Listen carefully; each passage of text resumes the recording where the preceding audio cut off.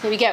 So, to kind of ease us into today, I was going to talk about some of my stories around in wildlife film, and how I've at least attempted to weave that into genuine conservation action, right? Because we all love wildlife, we all want to actually take film and make a difference, but actually how you do that is often complex and multi-layered. So if it's okay with you today, I'm going to share some of my stories with you, and go through some of the kind of biggest ways that kind of wildlife film or natural history broadcasting is changing to try and hold more accountability and responsibility for implementing genuine change beyond just making a really kind of nice bit of visual media to come away from and to use in the public space. Before I do that, I want to start by kind of telling you a little bit more about my background. As Felix said, I work in wildlife film. I feel very lucky to have had a job as a presenter, and worked in various roles, both making my own content and with broadcasting as well. But my background is as a scientist. I won't blame you at all, but Swansea University would kill me basically if they said no, it's fine. It's Swansea University. Yeah, I am from Cardiff. It's Swansea University, but that's absolutely fine. It's Swansea University where I'm doing my PhD, and just to give you a little bit of background, I'm using tri-accelerometers, so they're these tiny tags which you attach to the backs of animals, and I'm looking at penguin data at the moment, although I'm hopefully going to go on to look at African elephants, which I'll talk about in just a moment. But what you do is you attach these tiny accelerometers to the back of whatever the animal you're trying to monitor in terms of their behaviour. And my job in my scientist role is to analyse these. These are the acceleration traces. So what you're seeing here is the walking behaviour of a penguin as it's kind of walking down the beach and heading out to sea. And my project or my PhD is based around visualising that and what does that mean, and try and make that appealing. And this is kind of where the excitement about intersection of science and film and storytelling comes together, and why I kind of love both realms and have tried to build skills in both areas and bring them both to the table. Is these are the visualizations that I'm basically creating. So what you see here is a penguin walking. So like you and I, penguins are bipedal, so they have left and right, two legs, so they're stepping left, right, and that's the trace that comes out when they're walking down the beach. You can imagine that. And this is kind of the raw acceleration data. Now, once they go out to sea, they obviously are out to forage, they're obviously there to feed, and they're full of fish by the time they come back. So what happens when they come back in is this is the trace walking back up the beach as they're kind of rolling in back up to the beach, back to their breeding site. You can see the big difference there. And it's a really nice example of kind of what these tri-accelerometers can do and the use of technology. But I'm really excited to kind of use my understanding, what little I have of this area of animal movement, and to apply it to hopefully storytelling as well. So one of the main interests for me is to look at elephants in high conflict areas with people, so crop raiding and fence breaking behaviour in areas of conflict, such as in Laikipia in Kenya. There's a lot we don't know about the movement of animals like elephants there in terms of their fine scale and their general overall state. So this is one of the tags we applied on the back of an elephant last year in COVID. Obviously you couldn't get out to Kenya then, but we have numerous tags out on elephants now to monitor their behaviour, which is kind of the other side of what I do. Of course, it's just been COP26. How's everyone feeling after COP? Pretty crap? Yeah. I wanted to kind of rant about this for a minute. I think it's really important to. It was a bit of a mixed feeling. So I recognise the privilege that I had being inside COP. So I was there with COP TV. So that's run by the United Nations climate change team. And throughout the week, we interviewed a number of people, including Al Gore, Vice President Al Gore was there, and numerous other people from Environmental Minister of Chile, those working with COI 16, the youth COP, essentially, a week before Glasgow, the COP26 summit. And, had the privilege to interview some amazing people. Archana Sareng, who works on the Youth Advisory Board for the UN FCCC, as well as a load of other inspiring young people. I think the general feeling from COP26 is just frustration with a lack of action and all this talk of commitments. But ultimately, I think the worst thing, being inside COP, you can you can really get an understanding of all these various different themes. So, for example, you had Climate Finance Day and Energy Day, and then Youth Empowerment Day. And there were lots of positive things to come from it. There were lots of great ideas about transitions, but actually how that reflects in reality, it's just, they never quite fit together. And actually coming from COP26, what we're seeing is that not one economy is going to meet that kind of heating of only up to 1.5 degrees Celsius and above. Huge countries such as Russia, I mean, I told you I was going to run, you set me off now, but huge countries like Russia, Saudi Arabia are on the path for a 4 degrees Celsius world, which is a scary, scary thought. So I think I'm kind of talking to the wrong crowd here, but one of my main takeaways from COP26 was, how can you not look to the youth and the young people who are outside of COP and absolutely furious for their futures when you are not putting your money where your mouth is, when you've got huge scary statistics coming out of COP, and when we're literally running out of time.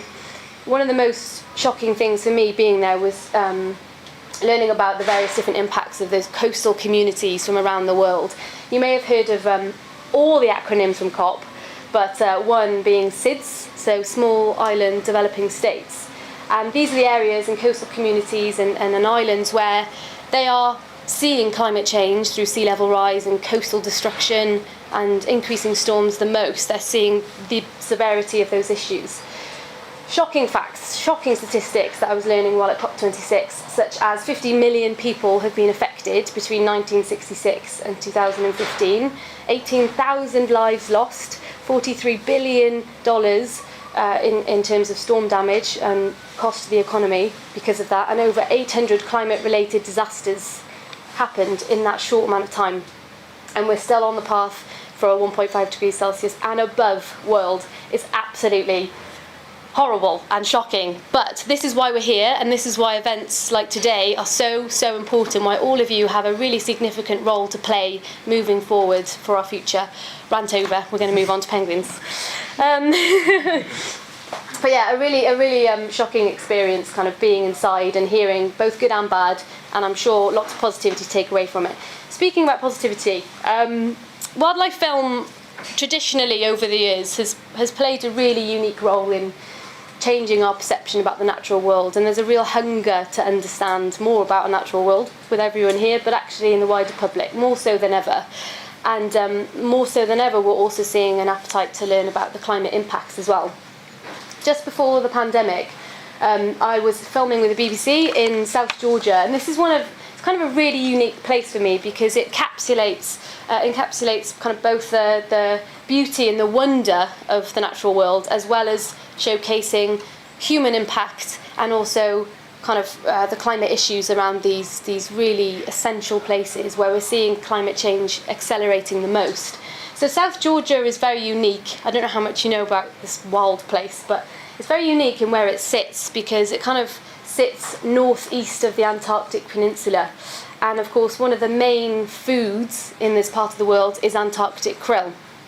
Antarctic krill, towards the end of its life cycle, when it's the largest, it's the biggest, juiciest, and when it's in its largest biomass, it will kind of drift towards the end of its life cycle upwards towards the Scotia Sea.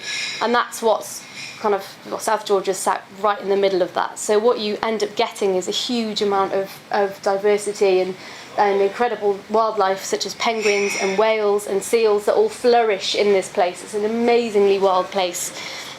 This is kind of the scene that you get when you arrive, by the way. The smell of this beach is unbelievable. This is St Andrews Bay, and across South Georgia there's about 500,000 penguins in the height of the breeding season. It's pretty incredible. But again, this island has been through many different phases so far. Of course, there was the rat introduction to the island, which happened and almost decimated all of the ground breeding birds on the island. There was numerous helicopters that basically had to deploy. They used these kind of tiny rat poisons essentially across the island to try and in one go eradicate all the rats at one time. And it was essential for the island's wildlife and birds to kind of bounce back and be at the numbers that they are today. This is a really interesting kind of timeline of that eradication programme, and I was down there learning about it, learning about that kind of transition. My favourite fact, 8,000 tea bags ordered for the field camp, necessary. But huge efforts of conservationists, and one of the best success stories that actually came out from this incredible place. Again, this wasn't kind of the only transformation on South Georgia. There was also the fur seal trade, which happened back in the ended in the 1950s. That was then followed by the whaling industry. So this island, again and again, and around that island and that environment has gone through huge transformations, and every time has bounced back. So there's lots of stories in there about how nature can recover if you give it a chance, but also kind of the detrimental impacts that we're having in our environments. And the scariest one, there's actually a few chicks in here. It's a bit like Where's Wally? But there's a few fluffy chicks in here. This was kind of the scene. You can imagine the smell in this picture. But it's an amazing place, and now the scariest impact to this island is, of course, the impact on the Antarctic krill, which have steadily been declining since the 1970s, and are declining at such a rate that, you know, the future of king penguins and all the other species here is rapidly changing. So I think we'll see more stories about how actually the impacts on these environments are really going to put species like this in danger moving forward. But just lots to think about one particular location. And when you're putting a story together, you can just say, aren't king penguins incredible? They're smelly, they're epic, they breed in huge numbers. But there's way more than that, and we're seeing a big shift in broadcasting to move more towards those important stories. Bringing it closer to home, how many of you have seen this picture before? Just Lucy. I know you, Luce, so that doesn't count. So this was actually in the UK, believe it or not. This was about 3 years ago. 3 years ago now. I went out with a friend called Sharkman Dan. His real name. No, it's just his known name. But he and I went around the UK because we wanted to showcase what's on our doorstep, and we decided over a week we would go across the UK documenting all the incredible things around our coast. And the plan was to go see sharks and to see breaching whales and seal colonies and seabirds, and to celebrate all of that, because everyone thinks there's, you know, amazing wildlife across the world but not in the UK, and it's absolutely not true. So we did spend 6 days travelling to see all those different animals, and on the last day we were supposed to go and see blue sharks, but the weather cut us off, unsurprisingly. So we ended up doing a shore dive instead in Cornwall, and came across a giant barrel jellyfish, which was what I'm tucked behind now. Has anyone seen Father Ted, or is this the wrong crowd? Have you seen the cow scene? Really far away, too close, yeah. It is actually the same size as me, not 3 times the size, but it was an enormous jellyfish that we came across that ended up being, actually, in terms of the campaign, which was to showcase UK wildlife, it luckily did that. I mean, the rest of the series was only seen about 100 people. 5 of those people were my family. So in terms of impact, this is very much a self-led passion project, and was kind of really just to encapsulate the beauty that we have here. But luckily the jellyfish ended up really carrying that project. But more than that, after this went a little bit viral, I was asking questions about jellyfish, because there's actually a lot we don't know about jellyfish. So I found a jellyfish scientist in Swansea, and I said, please tell me everything you know about jellyfish. And he was like, there's a lot we don't know about jellyfish. So we ended up setting up the Great British Jelly Watch Weekend. Thank you, came up with that. And that's an annual weekend around the UK where we encourage anyone and everyone to go out and record any jellyfish sightings on the beach.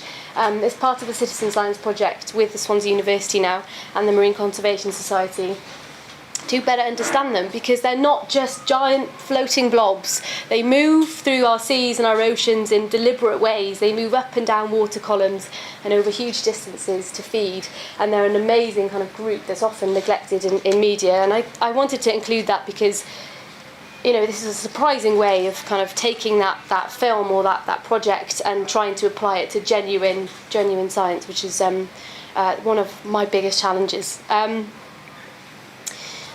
The other kind of area that I think is really important, if anyone in the room is interested in putting together a story or wanting to make an impact film, is thinking about the right audience.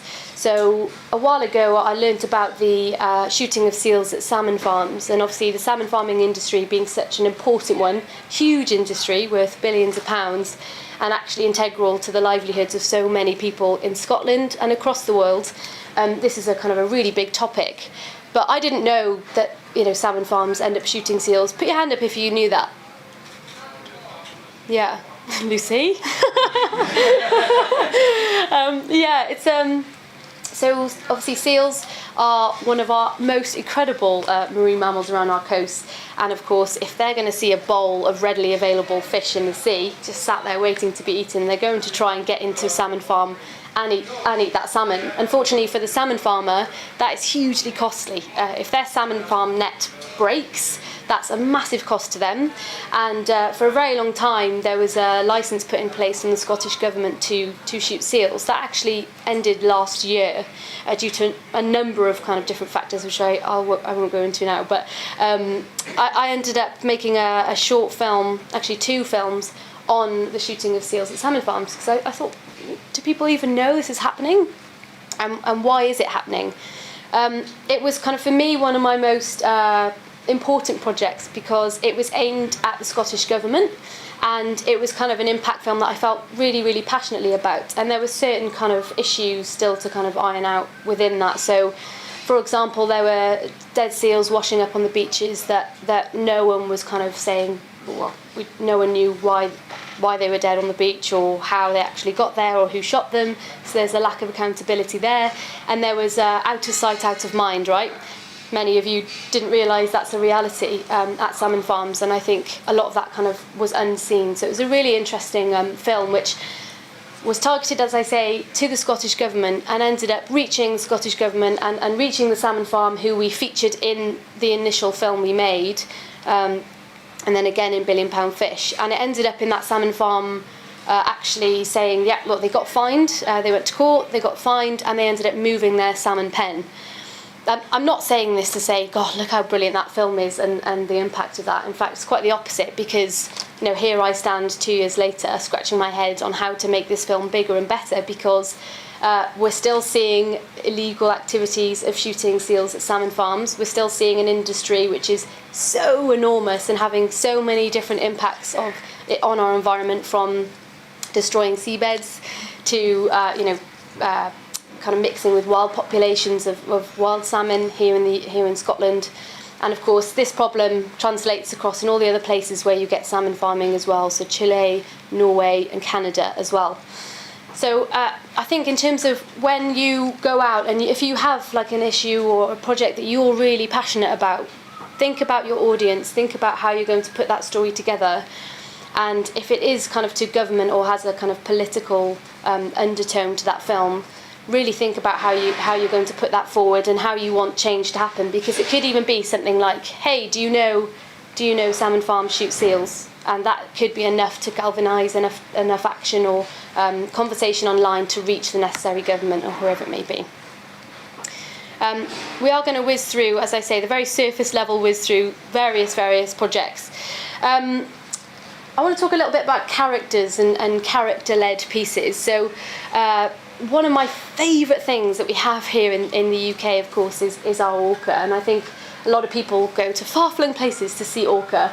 And this summer I said, right, that's it. I've seen orca all over the world, but what about in Shetland here in the UK? And the story that I kind of wanted to base it around was very much about human connection and wildlife. And sometimes in these big kind of documentaries, it's missed. It's a missed part of the story, but such an important narrative and such an important part of that kind of character-led piece.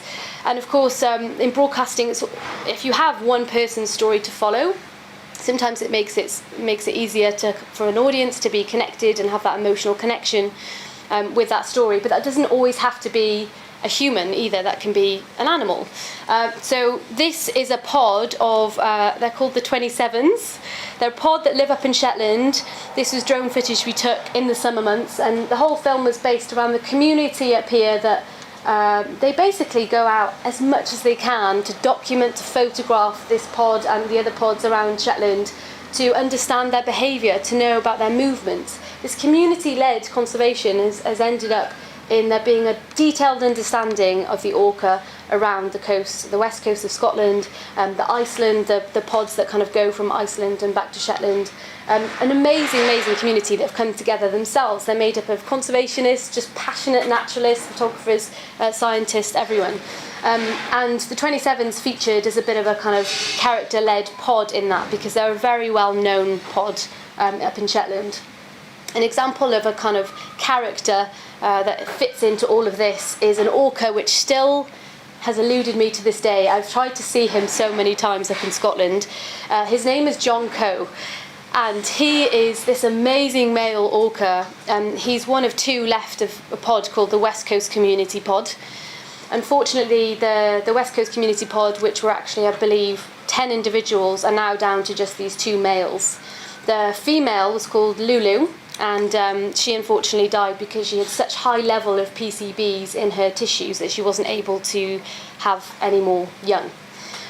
She ended up actually dying due to entanglement, and as a result, the numbers in this pod that exists today in Scotland whittled down to just these two individuals. And John Coe features so heavily in the lives and the communities of so many across Ireland. He's gone down recently, you may have seen him in the news, going down to Cornwall. He went past Wales, he's up in Scotland.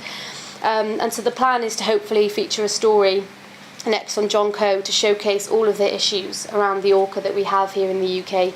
And unfortunately, it will be the end of the West Coast Community Pod specifically because of all these issues. So we'll be bringing all of that in as well. We're currently working on. Does anyone know what this is? That's a guy.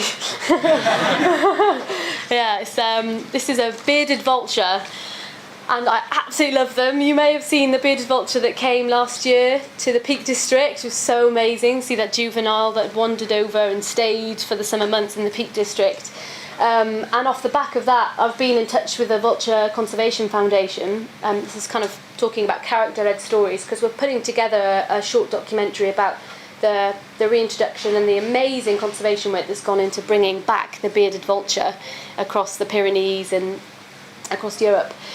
One of the unique stories that we weren't able to go out and film last year, but set up 4K Nest cameras actually at the breeding centre that they have there with the Vulture Conservation Foundation, was this relationship between Alex and Casaggio. So this is Casaggio, bearded vulture. He's a male, and he's imprinted on Alex. And Alex sits in the nest with Casaggio every breeding season. And he gets very bored, as you can imagine, because he spends hours there. But they have a really unique relationship, and Alex will sit in the nest throughout the breeding season, socialising and rearing a fake egg until it's ready to until they have a young chick, which they are hoping to kind of breed at the facilities and then release back into the wild. And when the time's right, Alex will come in with a little bag and he will replace that fake egg with a real chick. And then that Casaggio will help rear that chick. He's an amazing dad, and they have a really unique relationship there. So one of we are telling his story. We're telling the story of the bearded vulture within this kind of bigger project, and it will actually end with hiking up into the mountains with what's called a bearded vulture backpack. An adapted backpack carrying the juvenile before he's fledged up into the mountains in the Pyrenees, and releasing that juvenile that essentially we've reared along the way back into the Pyrenees to showcase that. So a big part of that story is following Alex's journey, who's been integral to the bounce back of bearded vultures, as well as the other individuals who have been really important part of that. But again, an example of how kind of establishing emotional connection, very much my octopus teacher, but this time with vultures, hooray! But establishing that connection with people and wildlife, or transforming it and just picking an individual animal instead, following that character-led story is important for wildlife film, and to get people to notice, to create that impact that you need to go on to help in conservation. I also want to mention as well that this was a project we did last year, with National Geographic. It was a live series called Meet the Expert. And so often, and I'm sure so Lucy, who also works in production, she knows as well the importance of having good relationships with your contributors. There's many scientists and those who have scientific backgrounds in the room. And I don't know how many times you've been approached by media or if you have any experience with that. But it's so important to get that right, because this is the work of an individual or an organisation or a group or university that have been working on this project for all of their lives. This is years and years of work, research, funding, time, and there has been moments, unfortunately, where there's been breakdown of that relationship. And whether you're coming at it from a scientist perspective or a kind of production perspective, that relationship is so integral to tell the right story about a species or about a conservation message. And you've all seen the sensationalized headlines of various stories and how it actually can be very detrimental for conservation overall, and so it's so critical to get that right. That has never been kind of more true with National Geographic, that we're very, very specific about who we spoke to and the science stories we told as part of that live series. I would highly recommend it, going to watch it. Dr. Ray is an amazing bear biologist. She's incredible and does amazing work with bears. But an example of how that hasn't always gone to plan is a research project that was led by the incredible ornithologist Jamie Dunning. You may have heard of him and his work, but he, by the way, that is a real puffin wearing sunglasses. That's part of a research project or a new bit of research that came out about puffin bills that actually glow under UV light. So Jamie Dunning, amazing, as I say, amazing ornithologist, was in a museum and he was shining a UV light over the crests and the bills and the wings of various birds in a collection, and he found that you get this amazing kind of fluorescence appearing. And so he did some experiments. Basically, the puffin has a shield over its eyes because you can't use UV light on real puffins. It gives them cataracts, so it's just a safety thing. But when this came out, you can imagine the media kind of exploded. There was so much attention around it, and he hadn't even published his paper. So there was a bit of kind of... I went to go film with him about 6 months, 7 months after he actually found this out, and he was explaining that there's big issues with that because the news was saying there's like party puffins all over Skomer Island and all over the UK, and there was fear that there'd be people shining UV lights at puffins to get their bills to glow and all the rest of it, which obviously is a big kind of health risk. But unfortunately that ended up having a massive negative effect on a genuine bit of research, which is fascinating but also really important for him and his career, and that relationship as well is so important. So it's just an example, when we went to go film with him for BBC Earth, we did a video on that and about the science behind it, but he was explaining how tough it can be. A similar thing, does anyone know what egg this is? I'm not looking at Lucy. Does anyone know what this is? One of the most beautiful eggs in the natural world. No, this is a guillemot egg. So off Skomer Island in Wales, amazingly wild island, there's an amazing amount of seabirds, and they actually lay these beautiful eggs. And there's been many theories. It's kind of a similar situation where Tim Birkhead, who's led the research for over 30 years on the evolution of the guillemot egg, he's suggested many theories, but the main theory of the shape of this kind of conical egg is that it basically doesn't move. It's the most stable shape of any egg as it sits on a very steep ledge, which they do, guillemots. They all kind of nest closely together. But unfortunately, again, he's had issues with various different theories coming out, and over the years has had to kind of fight his corner. So I think in wildlife film, and for any of you who wanted to put a story together, definitely take the time to build a relationship with your contributor or with a science project. And if you are coming in from a science perspective, you'll know what it's like. You know how important it is to ensure that you're protecting that.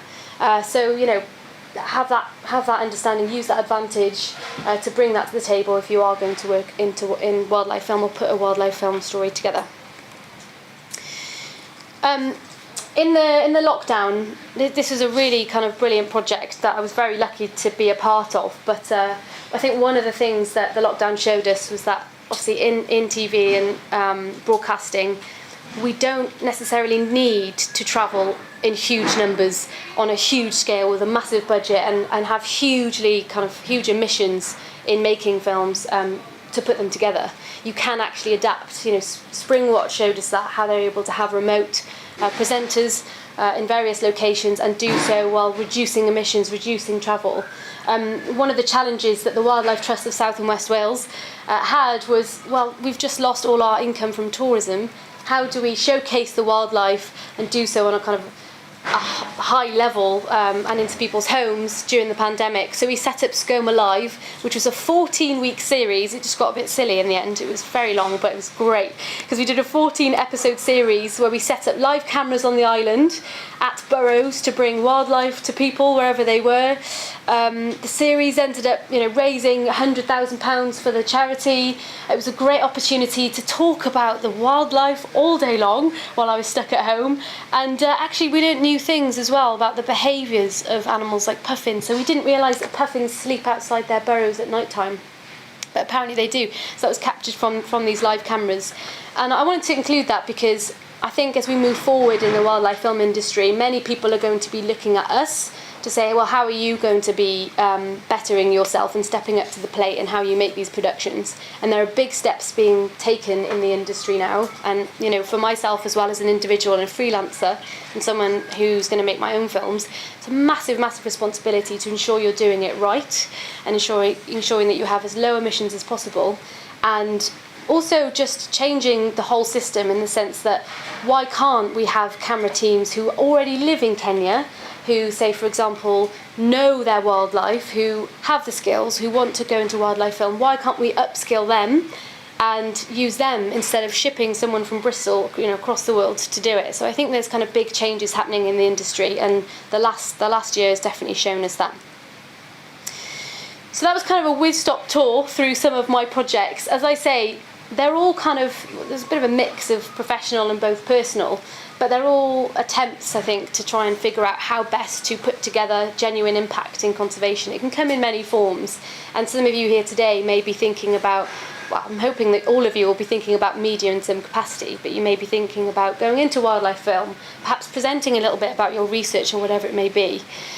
Utilise that tool. It's a brilliant tool. It's really, really important, as we need to kind of really put the pressure on and continue the motivation for the public to want to make a difference. But my kind of top bit of advice would be, if you have a passionate story to tell, figure out how to kind of get one storyline, utilise other young people who are equally in the same position as you and want to upskill and learn how to tell a story as well. I mean, you've literally shown us how you guys have set up this amazing, organisation, this amazing board and this amazing event today because you can, and because you've gone out and actually just taken it on. So thank you for listening, and if anyone has any questions, fire away.